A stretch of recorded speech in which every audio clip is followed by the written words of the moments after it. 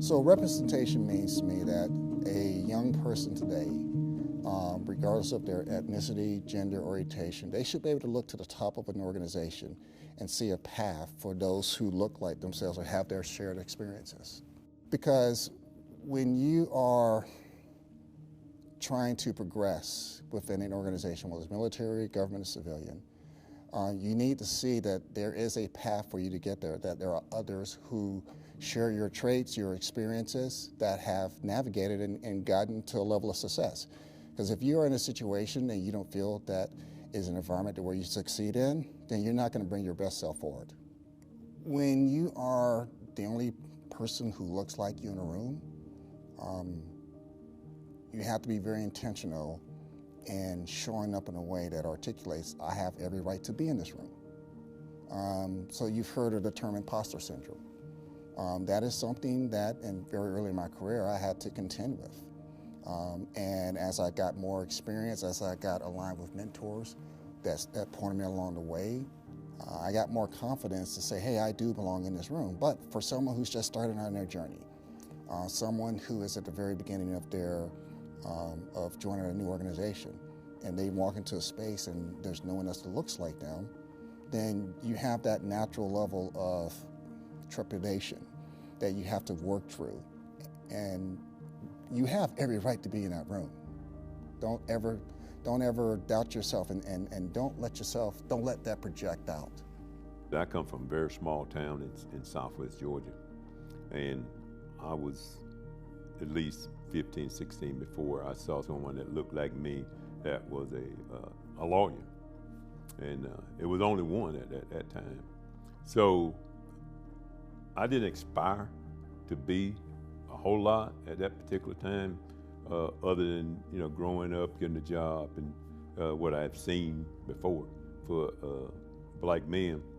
So as I grew older and had joined the military and had a little bit more experience and saw people of color in somewhat higher position, I began to aspire to be more, know that I could be more. I could be that doctor, a lawyer. I could be that command sergeant major. So the kids now have a early jump on that. So they see it, okay? They actually see it now. They see, they see General Crumley when he comes out the best academy. They see General Scott. They seen General Neal come out there as well. Colonel Watson. They know that that's, in the military at least, there's a pathway for them. But what we got to do as leaders now, retired leaders, people with any influence, we got to reach back now and help mentor them and facilitate them and be representative for them to help them along the way, show them the path to get to there. They know it exists, but at a young age, mentorship is the key. It really is. As I sit here, having served, 38 years, I just think about, the need for mentorship in the beginning. You have far less turbulence throughout your career. So yeah, it's very important that they see someone like me, but it's also important that they are facilitated and mentored to get to that position as well. Representation is, basically looking in the mirror and being able to see yourself, right? But in an organization is being able to see others in an organization that look like you. Now that doesn't always just pertain solely to race or sex. For some people, it may be the region of the country that they're from or what religion they identify with. But representation also has a bigger context. For instance, there's nothing wrong, when I talk about representation, I also talk about advocacy typically in the same sentence, right? There's nothing wrong, for example, with advocating for there to be more women flying in the military, right? That is good because we bring in a diversity of thought.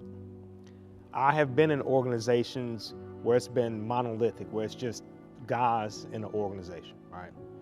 And then we finally have some women introduced into the organization, and then it's like, hey, have you thought about doing X, Y, and Z, right?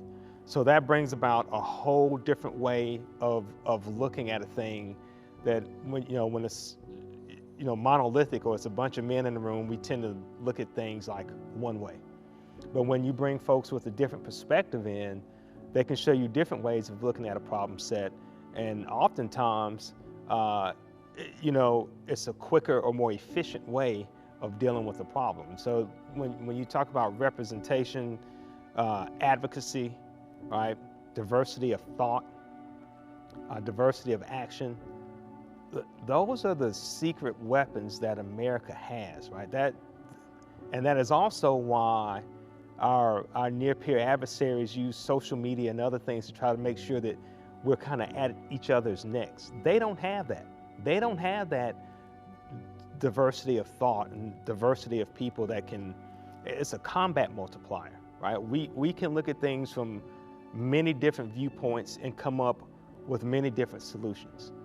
Our near-peer adversaries, they don't have that capability. So what do? You attack someone's strength, right? You don't always attack the weakness, you attack their strength too to make it a weakness. So when you see someone that looks like you, you're like, okay, well, I get a vote here, right? So the rest of it is up to me. When you don't see yourself represented anywhere in the organization, you're kind of like, I don't know. I don't know if I get a vote here. And a leader in this organization said something, it took me 2 paragraphs to explain that, but he put it very succinctly. He said, there's a difference between being invited to the dance and being asked to dance, right? They're 2 totally different things. A lot of people have been invited somewhere, right? But when you get there, are you going to be able to participate, right? Are you going to be included in the happenings of that organization? And that's really kind of, the gist of, representation. Being first entails a wide range of emotions. First is pride, knowing that you've accomplished something that hasn't been accomplished before, but also a sense of humility, knowing that you are experiencing success based on the sacrifices of others who've come before you. I have a saying, it's called, a ship is safe in harbor, but that's not what ships are for. You have to get used to being comfortable with being uncomfortable. Step out of your comfort zone and experience success.